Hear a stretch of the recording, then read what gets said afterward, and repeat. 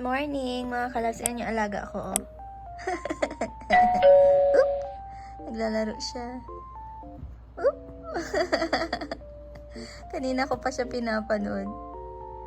Dati hindi niya yan gusto. Ngayon gustong-gusto niya na, oh. Tingnan niya, nilalaro-laro niya na. Oh, tumigil na siya. Kanina pa siya naglalaro, eh.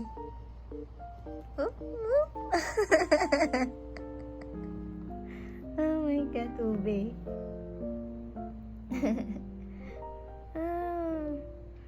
Nakakawala siya ng like stress. Alam mo yun? Oo. Diba? Ube! Ube! Kakit mo naman, baby ube.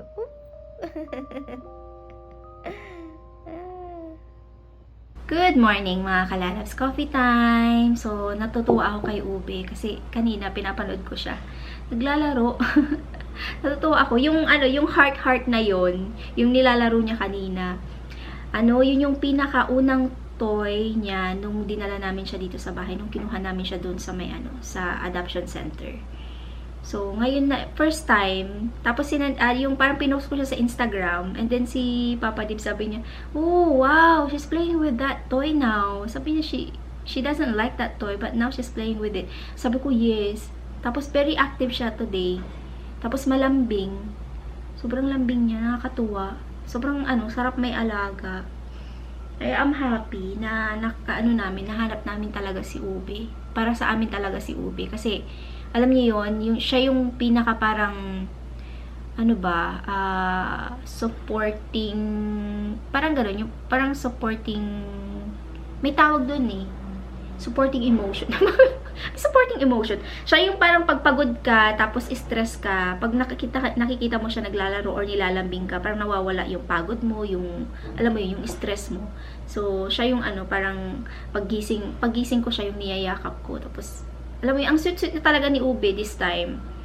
So, yeah. Anyway, iniinom ko lang tong aking kape. And, umuulan, umaambon. Pero, I think mag-iiba yung weather maya-maya. Pag alis ni Nicole, sabi niya, Mama, can I request, seafood boil? Sabi ko, himala. Hindi niya bet ang mga seafood si Nicole, eh. So, sabi ko, seafood boil. So, matagal na rin akong hindi nakakain ng seafood. So, kahapon, kumain ako ng tuna, pero yung mga hipon, mga clams, mga ganyan, parang para sa seafood boil, ang tagal ko nang hindi nakakain. So, sabi ko, sige, yun kaya yung lutuin ko para sa dinner. Pero, ang sabi ko, ay, ayoko magluto niyan. Sabi ko kanina. Ito naman, sabi niya, gusto ko nga ngayon. Sabi niya, surprise ko siya mamaya. Magluluto tayo ng seafood boil. So, pupunta ako ng TNT. And then, baka makadaan din ako sa Costco. Kasi meron akong titignan doon. Doon na rin ako bibili ng butter. Kasi naubusan ako ng butter. And olive oil. May truck na nagpipick up ng basura. Naubusan ako ng olive oil. Yun pala yung parang iniisip kong bibilhin ko today. So, sa Costco ako bumibili kasi mas mura. Nagtingin ako dito sa IGA. Nasa $30 yung isang bote. Tapos, sabi ko, sa Costco nga, mura-mura niyan. Mga nasa, $28, $30 dito sa may IGA. Pero yung malaki na ganun na, binibili ko sa Costco is less than $20 yata. So, yun yung natin, ganap natin today. So, bili tayo ng pang seafood boil. Excited ako kasi surprise ko na naman kay Nicole yun. Tulad nung turon. Sabi niya, gusto ang turon. Pinaparinggan-ringgan niya ako. Sige, lutuan kita ng turon. So, I think mag-i-stock ako ng mga frozen, saging na saba. Bibili ako sa TNT na rin. Kasi alam ko si Nicole talaga, paborito niya ang turon. And by the way, tomorrow, I think dito matutulog si Krishna. Sabi niya sa akin. Kasi maaga yung pasok niya daw sa work niya. So, sabi niya, can I sleep over? Sabi ko, okay, sure. Tutulog siya dito. So, ayun. And then, ako naman ay magkikwenta-kwenta, alam na this, calculation ng, budget sa bahay itong ginagawa ko every morning. Kasi, ako yung parang, alam mo yun, minomonitor ko yung mga, yung mga kung magkano yung natirang pera, okay pa ba, may budget pa ba para dito, para dyan, diba? So, hindi ako friend ng, number is not my friend. Ay, may pag no. Ayoko ng number. Na-stress ako pag number yung pinag-uusapan. Ayan o, ang haba-haba ng listahan ko dito. Ito yung notebook ko para sa sa mga ayan. So, adyan siya. Pag meron akong pinadala na pera, kunyari, nagpadala ako 200,000 at 100, mga ganun. So, si Edenil, ay siya nga pala, may nagtatanong, malulobat yung yung battery ko. May nagtatanong kung sino daw ang nagmamanage doon sa, sa bahay na pinapatay sa Pinas. Si Edenil po, siya po yung tagabantay ko. Meron ako ikikwento sa inyo, pero mamaya na lang, no, may share ako sa inyo na gusto kong, gusto kong i-share kasi, supposed to be, hindi ko siya i-share, pero i-share ko na rin kasi para alam niyo yun, maramdaman nyo din yung nararamdaman ko sa pagpapatayin ng bahay sa Pinas. But yeah, but anyway, mag-calculate lang din ako, and then maliligo, and then mamaya punta tayo sa sa grocery ulit. O diba, grocery na naman tayo, kahapon grocery tayo, ganun talagang buhay. So, wala kasi akong seafood dito sa bahay, hindi ako nag-i-stock ng mga ganun. So, ayun, naubos naman yung leftover nung nakaraan. So, meron pa akong munggo. Syempre, kakainin natin yung munggo. Pero yung natin, pa-dinner natin is seafood boil. Hindi po kami nag-aaksaya ng pagkain dito, no, mga kalalabs. Madalang ako magtapon ng pagkain kasi I'm like making sure na yung mga binibili ko is magamit siya or pag may leftover, makain siya bago ka, alam mo yun, gugora ulit sa isang ibang dish, mga ganon. Hindi siya nasasayang. Kinakain at kinakain namin siya. So, yeah. Okay. Let me calculate the money that I don't have. Charis! The money that I don't have. Coffee po. Kape tayo. Sobrang bilis ng oras, mga kalalabs. 12:07 na, oh. Grabe, no? Bilis ng oras. Anyway, lalabas na sana ako. Kaso nga lang, nakalimutan kong linisin tong dumihan ni Ube. Para maisama ko na rin paglabas ko, itapon ko sa basurahan. Nandito na ako sa Costco, mga kalalabs. Parang maganda bumili nito, oh, para sa seafood boil. Ito or ito. Parang ito, mas mura. $18 lang. $18.59. Tapos ito is 33. Yung ganyan. Bakit kaya mas mura to? Kunin ko na lang to. May lobster din, oh. 17. Crab na lang. Crab yung gusto ko.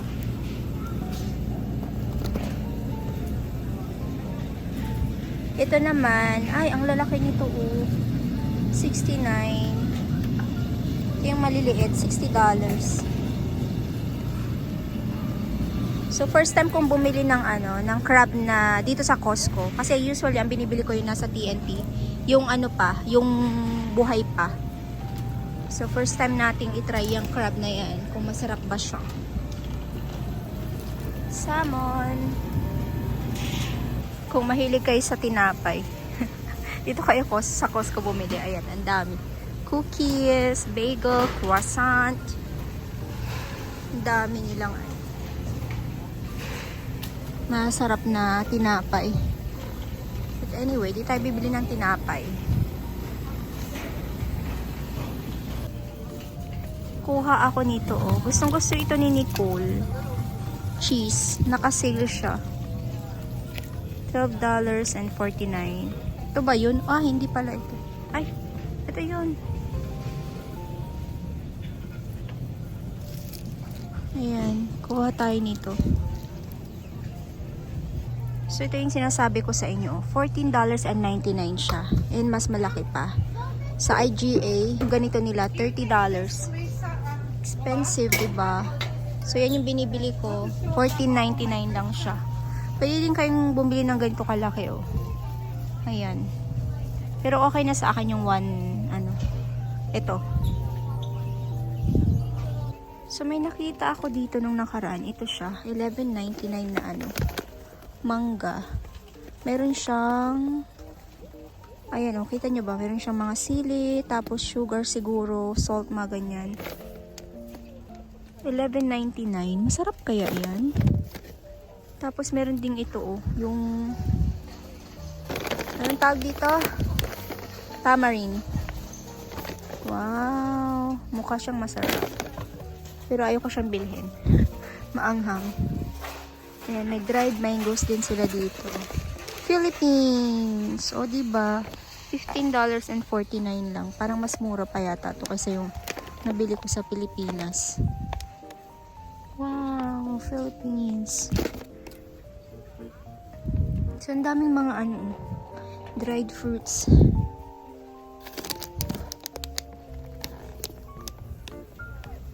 Ano tong isang to? Ah, yung dates.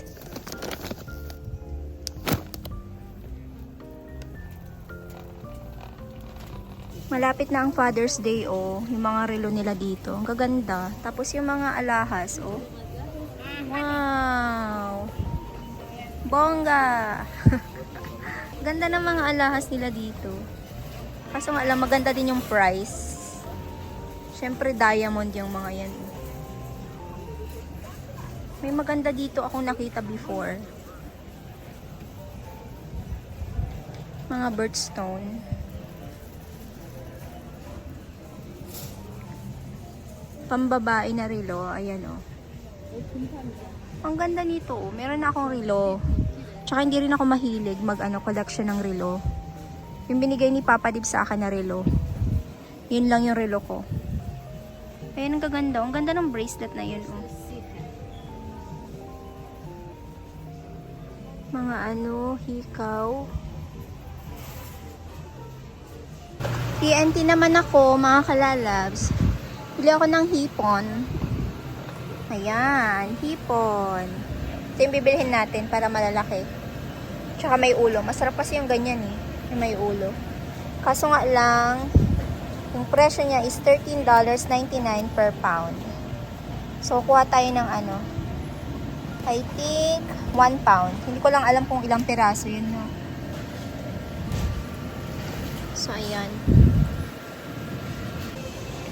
Kabog naman. Dito na ang cream silk sa TNT. O, diba? Kung naghahanap kayo ng cream silk, conditioner. Meron sila dito sa TNT. So, ngayon, last na bibilhin natin is yung saging na saba. So, mas mura dito. Ayan, o. $3.19. Kahapon yung nabili ko ang nasa, nasa $10. So, ito $3.19. So, dalawa na yung bibilhin ko.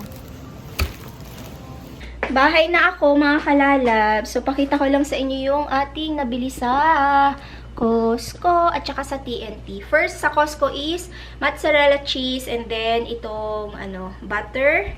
And then, olive oil, of course. And bumili din ako ng crab doon. So, first time kong bumili ng crab sa, sa Costco. So, steam na siya. Hindi ko lang alam kung masarap pa rin ba to kasi steam na siya or mas okay pa rin yung buhay-buhay na binibili ko sa sa TNT. So ayan, $18.59 yung presyo nito. So ayan, excited na ako sa seafood boil para mamayang dinner. And mussels, bumili ako 1 pound and then 1 pound din na hipon. And bumili din ako ng saba na saging, fresh from the freezer. So pag nag-request si Nicole ng turon, hindi malulutuan ko siya nito, diba? So, meron akong stock dito sa bahay. So, yun lang yung mga nabili natin. And maya-maya magluluto na tayo ng Prepare ko lang pala yung mga gagamitin natin ingredients. So, ang importante dito is yung sauce ng seafood boil.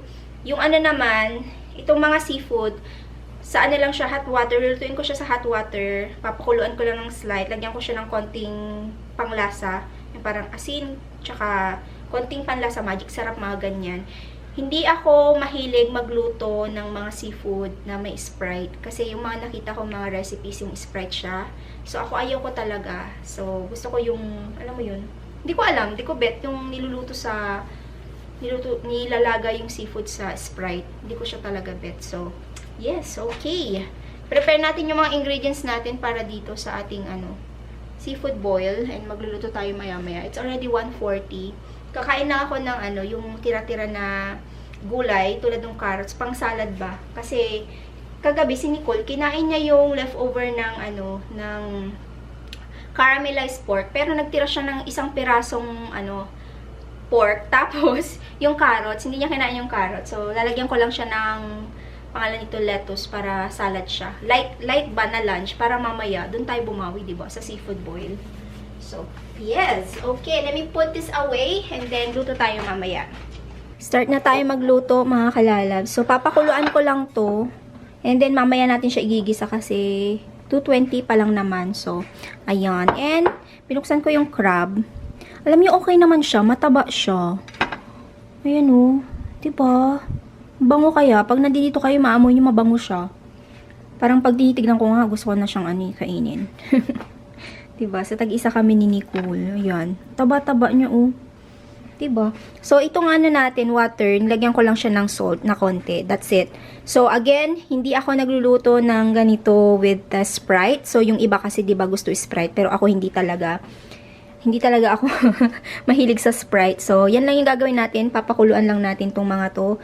And then, ilalagay natin sa side. And then, gagawa tayo ng sauce maya-maya pa naman yun. So, madali lang naman, garlic tsaka butter.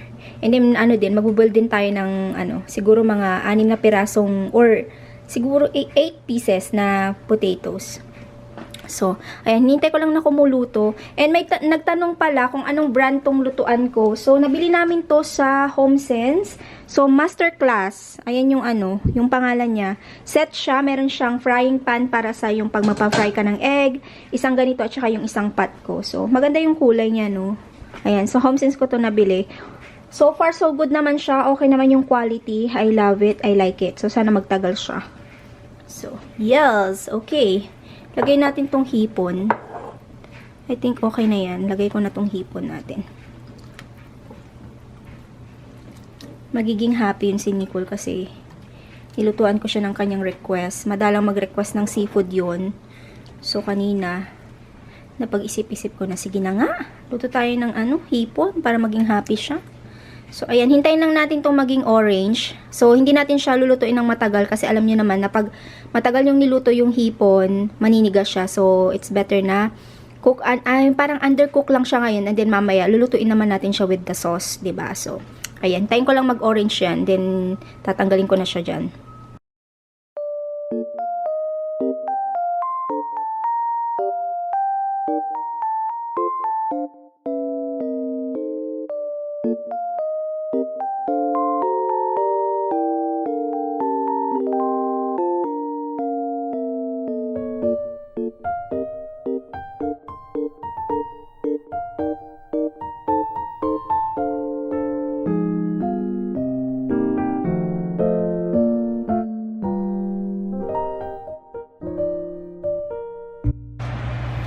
Okay, gawa na tayo ng sauce para sa ating seafood boil. Naglagay lang ako ng konting olive oil and then rest is butter. So, imemelt lang natin yung ating butter. Saka natin ilalagay yung ating garlic. So, kailangan din dito ng oyster sauce. Pero wala ako nun. So, ang gagamitin ko is yung hoisin sauce. Yung meron ako dito. So, pwede naman yun. Ayan. So, imelt ko lang yung butter. Okay na ba tong butter ko or kulang pa? Parang kulang no. Lagyan ko pa ulit. Garlic.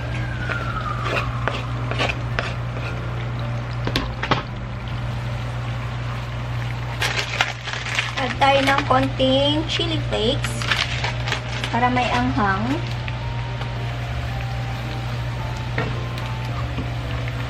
Bango.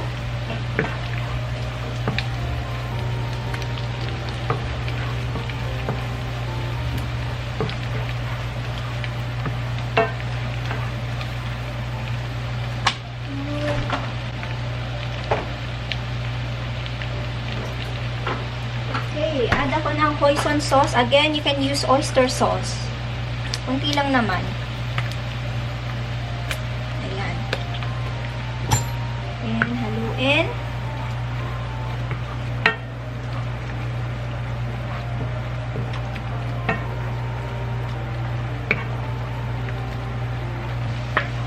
So, yung patatas ko is kunti lang. Ayan.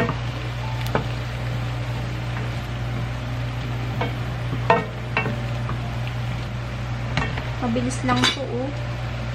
Diba? So, Sobrang bilis lang. Isa-isa lang.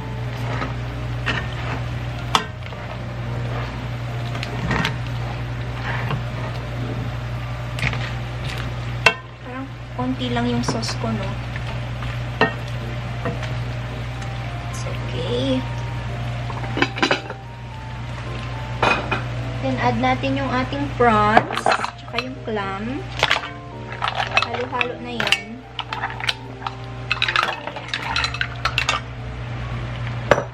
O, diba?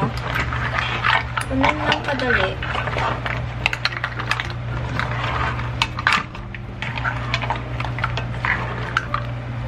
Bango.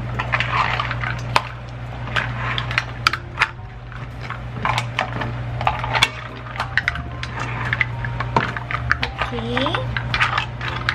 Lagyan natin pala ng salt and then black pepper. Lagyan ko din to ng paprika, mga kalalabs, para may kulay. So, pepper and then salt.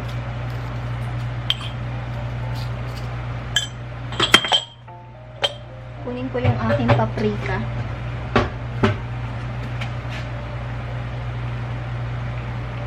There. Haluin. And that's it. Luto na siya. Diba? Ganun lang kadali.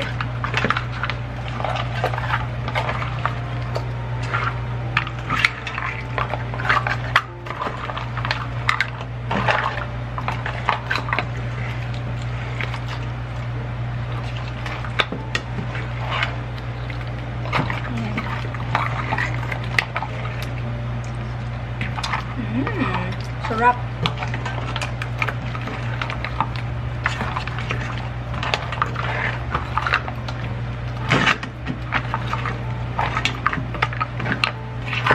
Okay. There you have it. Ang ating simple na seafood boil. Nandito na po si Nicole at sabi niya, wow! Seafood boil! Prepare ko na siya at kakain na daw siya. So, yes. Katatapos ko lang din niluto, Nicole. So, lagay ko siya sa... Sarap ng natin. Sarap nitong seafood boil na ginawa ko. Simple lang, pero masarap. Naglagay pala ako ng lemon dito, no? Ayan siya. So, ilagay ko siya sa bowl. Tapos, yung sauce, isi-separate natin siya para may sausawan. So, ganun yun. So, tayo lang. Kuha muna ako ng lagayan natin ito. Kain, mga kalalabs. Akala mo, ang dami-daming taong kakain. No, kaming dalawa lang ni Nicole. Siyempre, hindi namin yan mauubos, no, mga kalalabs. Hindi ibig sabihin nilagay ko dyan yan, kakainin namin lahat. Siyempre, hindi. How's the sauce? Good. Good? You like it? Mm-hmm. Yum! So, yan. Kain po, mga kalalabs. Kain po. Oh my goodness. So, yung rice na nabili ko kahapon, mga kalabs, ang sarap, ang lambot. Gusto ko yung ganitong rice. Ganyan siya, oh.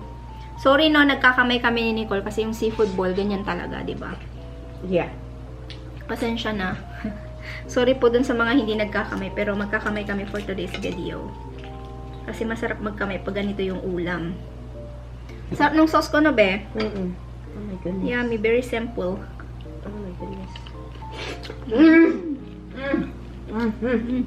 It's so good. Sakto yung niya, timpla. Sarap.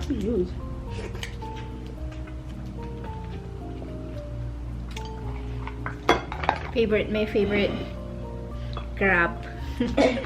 I love crab. Wala yung pang-crack natin, be. Okay lang. I know how to open crabs. Ooh. Whoop! Ay, Wala. parang buhay pa yata itong. This is the reason why you need to eat with your hands. Kasi it's very messy.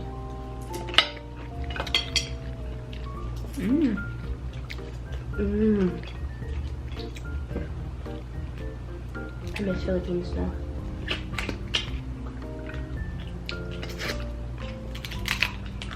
Mukbang seafood tayo na. Mukbang seafood. Sarap. Seafood bowl mukbang. Nakapag-shower na ako, mga kalalabs. Alam niyo ba si Nicole, ayaw niyang tigilan yung niluto nating seafood. Sabi ko, tama na, B. Sabi ko, ganun kasi baka masobrahan ka. Sarap na sarap siya dun sa luto nating seafood boil. So, na-enjoy niya. So, I am happy naman kasi happy na naman siya. Dahil ang nagpapasaya talaga sa kanya is pagkain. Diba? Kahit naman ako, nagpapasaya sa akin is pagkain, diba? So, yeah. Anyway, mag-end na rin ako ng vlog. Pero, before tayo mag-end is, meron ako nabanggit sa inyo kanina dun sa, opening natin na meron akong gustong i-share sa inyo about dun sa pinapatayong bahay sa Pinas. So, may nag-comment before na ang hirap magpagawa ng bahay sa Pinas pag wala ka dun. And that's correct. Yes, mahirap siya. Kasi may mga bagay na gusto natin na pwedeng masunod, pwedeng hindi masunod. So, meron akong area ng bahay na pinaka-importante sa akin na dapat yun yung okay, yun yung perfect. Alam mo yun? Hindi ko alam kung ano yung part ng bahay yung gusto nyo maging perfect. Pero ako talaga is bathroom at saka kitchen. So, kitchen is one of my playground also. Bukod pa sa grocery, 'di ba? Grocery shopping, grocery store, 'yan yung playground ko. And then kitchen kasi mahilig ako magluto. So, yung kitchen is hindi siya masyadong ganun ka yung sa inimagine ko na malaki siya. Hindi siya ganun kalaki. So, na parang hindi kami nagkaintindihan doon sa size. But anyway, it's okay. So, yung magiging main kitchen natin will be yung parang, hindi doon, pwede tayong magluto doon, pero magpapagawa kasi ako ng dirty kitchen. So, yung, yung kitchen natin, or kitchen namin, is parang yung main one, is parang yung maglalagay ka doon ng mga, kunyari, coffee maker, mga ganun. Yung mga, yung mga items na, parang kung gusto mong gumawa ng coffee or gusto mong gumawa ng drinks, din doon ka. But then if you want like para magluto, ganon, sa may dirty kitchen ka. So, babawi na lang ako sa dirty kitchen ko. Sabi ko nga kay Eden, babawi na lang tayo sa dirty kitchen. So, dapat yung dirty kitchen ko is siya, malaki, siya, yung parang meron pa naman kasing space doon sa lupa. So, sabi ko, pag uwi ko na lang, saka ko ipapagawa yung dirty kitchen ko para mas, mas masunod siya. Kasi yung, yung main kitchen ko is hindi siya yung parang yun yung inimagine ko. Maliit siya para sa akin. Tapos yung bathroom ko din naman is, din siya, pangalan nito, maliit din siya, pero okay lang. So, naman siya, magagawa ng paraan. Basta ang gusto ko is yung bathroom at saka yung kitchen is yun yung number 1 na ko talaga, list ko na dapat perfect siya, na maganda siya. So, anyway, yun nga, mahirap magpagawa talaga ng bahay pag wala kayo doon. But I am still grateful, mga kalalabs, no? Kasi, nasunod naman yung ibang, mga plans doon sa bahay, yung mga sukat-sukat, ganun. So, yeah, hindi siya ganun kalaki, kagaya ng dati naming bahay, kasi yun naman talaga yung plan, yung hindi ganun kalaki sa dating bahay. Kasi yung dating bahay talaga malaki siya.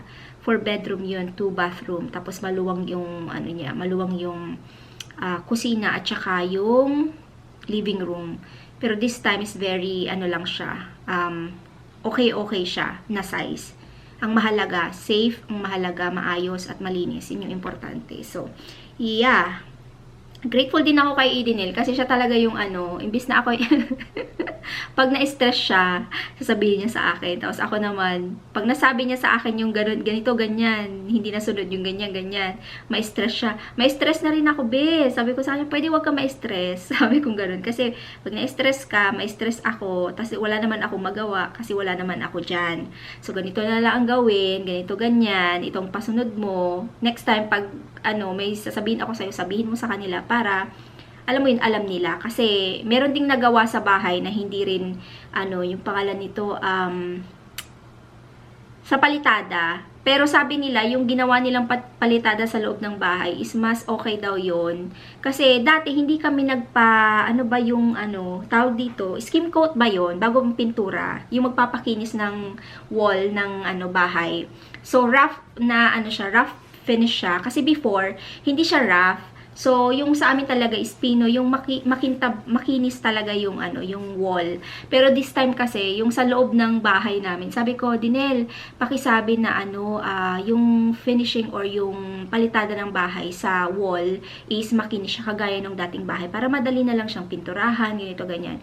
So, yung sa loob ng bahay, rough siya, hindi hindi niya nasabi. So, akala namin, may pinagsabihan kami, tapos hindi naman niya sinabi. Kaya, ayun, ang nangyari, sabi ko kay Daniel, make sure mo na pagpapalitadahin yung sa labas, make sure mo is yung hindi siya rough, yung makinis siya, para madali siyang pinturahan, diba mga kalalas?